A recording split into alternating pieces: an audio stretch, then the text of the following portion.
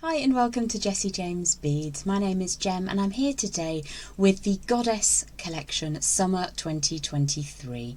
For our video today we're going to focus on using the Goddess Saraswati blend, the Hindu goddess of knowledge, music, art, speech, wisdom and learning, all of these things under the remit of the Goddess Saraswati. So namaste, let's head down to the board and learn to make a beautiful earring together. I'll show you the blend as well. This is the beautiful Jessie James Beads Goddess Saraswati blend. Gorgeous colours here, a full rainbow, fuchsias, pinks, oranges, golds, greens and blues. I adore every single bead in this collection, but I've singled out a couple of pieces to make a long drop earring. Now I think it's super elegant, albeit it's quite a long drop, and you can choose to shorten it slightly if you prefer.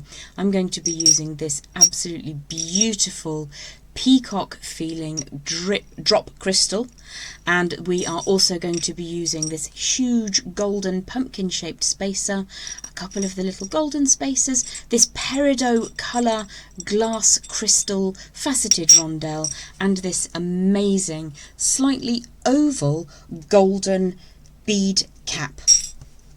Some of the other beads in the collection to show you just very briefly.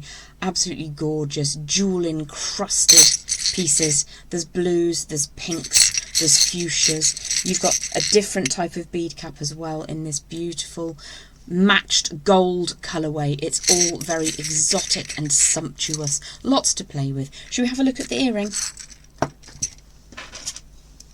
This is the piece we're going to work on creating together today. As I said before, it's quite a long drop. You can choose to omit the crystal down at the base and still have a lovely design to work with, or you could in fact put the crystal inside the frame that we're going to make. So I'm going to just pop this over to one side so we can refer back to it, and I'm going to grab some wire.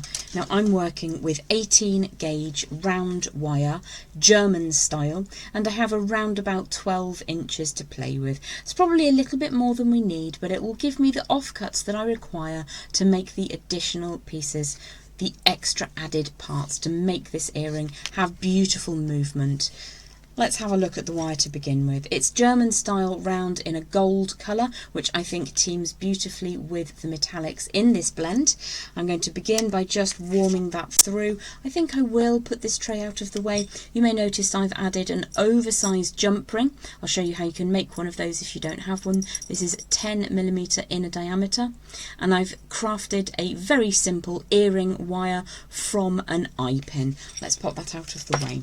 So like I said, I have about 12 inches of that 18 gauge wire, and I'm going to start by warming the central section through so it is really good and fluid. Using a medium style or even a firm style for this design will mean that your earring will stay intact. We're going to start right down at the bottom of the main frame of the design by turning a circle around those round nose pliers. It doesn't have to be completely in the centre because we will be trimming some away. Now when I'm making earrings, I will make the component parts side by side so that I can ensure that I get the same size and the same angles. I'm just going to wing it a little bit with you today, but what I would say is when you're making these, have two lengths and do each individual step at a time. So let's just make sure that that's about the same size and the angles are similar enough. That works for me. And then we're going to turn angles on either side away from that small loop. So if I just turn that up and then offer it to my first design, that's pretty decent in terms of size, so I'm then going to go by eye for the opposite way. Now when I'm making earrings, I tend to invert the design at every step. So on my right earring, I might have the left hand wire going over the top, but when I invert that to make the other earring, I will have the right hand wire going over the top of the left. It's not entirely symmetrical, so I'm just going to give that a bit of a tweak to ensure that it sits close enough for earrings. So let's line those two up. That looks pretty reasonable. What I would say is step by step you make those decisions, and then you'll know that your earrings will match beautifully. If they're a little bit out, doesn't really matter, they'll be on opposite sides of the head. So the first thing we're going to do is take, in this instance, the right hand wire and push it up so that it goes straight, pop it on a straight line, and you have an imaginary line running from the 6 o'clock to the 12 o'clock. We want one of those wires to continue up to the 12 o'clock, and the other one we're going to go across the angle we just created. So just push that over to begin with, like so. And at this stage you would want to have your two matched, mirror image matched pairs all on the go at the same time. Now I'm just going to spin this through 90 degrees and support the angle that we just made that crosses over the front. I'm going to draw that all the way around the back, and you can see there's a little bit of a lip out to the right before that comes back and creates a hook around that 12 o'clock position that we made. So to make life slightly easier, I'm just going to trim away some of this wire. I've left a short amount, it's about 3/4 of an inch, half an inch maybe. And what we're going to do is just support the frame that we've created and draw that tail all the way around. Just supporting across those two angled wires, but not pressing down on the parts that cross over. And then I'm going to push that all the way around until it goes to the back. Give that a tiny squish to make it sit down neatly, and then we will trim off that excess at the back. You may not need to trim away this excess. The reason I did is because I didn't want it to get in the way of the camera. So I'm just going to smooth that down flat, give it a squish and a squeeze, and we have our first part achieved. For the next section of this design, we're going to suspend this beautiful golden pumpkin style spacer bead, and we're going to allow that to dangle in the centre of the frame we made. I love making jewellery with movement, and I hope that you will too. So I have approximately 4 or 5 inches, that's one of the offcuts from our main section, and it's again the same German style 18 gauge round wire in gold colour. What we're going to do is to create a little double spiral at the centre. So I'm going to start by rotating my round nose pliers around, give that a gentle squish, and then I'm going to continue to rotate that. The slower you go, the better it will be, and we've gone for one circuit, a second circuit, before we pull the wire away at a direct angle. So what we're looking for is something that looks a little bit like a lollipop. So if you pop that on the imaginary straight line, you're looking for that to be centralised. So I'm going to just give that wire a little warm through and add in my bead of choice. Now you of course can use whichever bead you fancy. I particularly love these beads. They remind me of Cinderella carriages. So what we're going to do is just lift both of those pieces up, sit the section with the bead over the top, and allow it so that the spiral sits just above the loop where we began the process. Now what I'm going to do here is try to hold the wire from underneath. Can't do it, there's not enough space, so I'm just going to grip that wire at the point where it crosses over the little wrapped section we created here. I'm just going to spin my pliers around and push that wire away. So if I show you what we're looking to achieve, that needs to sit just inside the frame, and the circular spiral that we made down at the base hits just above the loop that we created to begin with. What we're going to do now is just hold onto that section across the angle change that we made. So I'm equalising my pliers across that angle, and then I'm just going to push the wire back, because if I show you that sideways, like so, and if I pop that over the top of the other frame, it should sit neatly in position. What we're going to do now is put some warmth into this section of wire that comes across the back, and I'm now going to grip the whole lot. You might find this easier with straight chain nose pliers. What I'm looking to do is to support those 3 sections of wire, both sides of the frame, and the pin that's coming out of the little pumpkin spacer.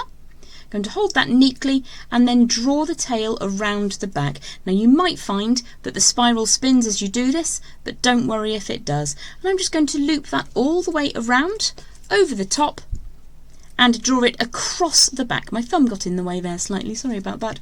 So we've just looped across the back, around the wrapped loop, and one more time around the upright section, that core wire. So again, we're going to trim away, and then we just need to take a moment to make sure that that sits reasonably flat and close.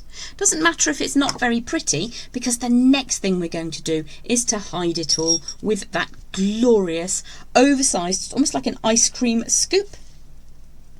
I think it's a bead cap. Let's pop that all the way down so that it sits over the top. So if you have made slightly asymmetric design up at the top here, doesn't matter, we've hidden it. For the next part, we're going to add on some more decorative details. Now at the moment, that has the slight propensity to spin around. I'd like it to sit where I've told it to go. I want the movement to be here. So I'm going to very, very gently just pinch just a little, and it will stop this from spinning around too much. So if we support our framed design, we're now going to add in the extra beads that I chose. I've got that gorgeous rose type metallic spacer, that lovely faceted rondelle in the peridot colour glass crystal, and then another golden spacer up at the top. So what we're going to do now is to pop a wrapped loop in the same orientation as the frame. So if at this stage I have my two pieceworks done, I've got my left earring and my right earring. If my right earring bends over to the right, I'll want the left earring to bend in the opposite direction, and then we're going to use our round nose pliers to create a simple wrapped loop up at the top. So I'm just going to draw that over and around. That looks to be about the same size as my first earring, so if you do one manoeuvre at a time when you're making earrings, they will end up much more symmetrical for you. Let's grip that loop firmly, draw the wire all the way around. How many times did I wrap here? 1, 2 times. So let's take that across the back, see what that looks like. That looks symmetrical to me. So I'm just going to flip to the rear side of the design again, trim away the excess, pop that into my scrap pot for later use, and give this a teeny tiny squish to keep it neat and tidy. You might find that it gets away from you and you just need to compress it. And there you go. So that's the basic part of our design done. What I want to do now is add on some extra depth and glamour. So the first thing I'm going to do here is to grab in my absolutely gorgeous peacock. I think it's reminiscent of a peacock anyway. An absolutely beautiful shape and faceting and colourway over the surface. You've got a foil back, and then you've got this multiple rainbow tones on the front. Now I've got several pieces of scrap wire. So if you don't happen to have a large bore jump ring to hand, you can use your bail making pliers to make the largest possible one. I forget actually if this is a 9mm or 10mm inner diameter. So I'm just going to trim away with my flush cutters on one side, and then I'm going to flip that over to make sure that I get the flush cut side by side with that first one. And then what you have is a hastily made, not too shabby jump ring. So the first thing I'll do is just close that up, give it a squish all the way around, just to give it some extra strength before I open that like so. Let's add in our gorgeous faceted bead, and then we're going to put that through the loop down at the base.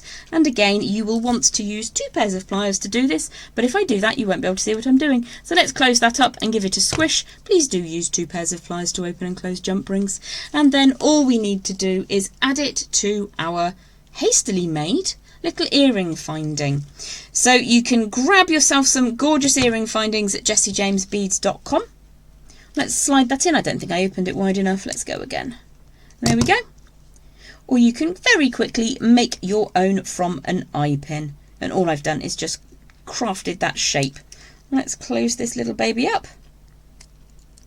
And there you have your Goddess Saraswati. Whoops. And there they go. Everywhere as usual. Actually, let's just leave it like that. There we are. Your gorgeous Goddess Saraswati bead mix with those fabulous colours and a great big elegant dangling design.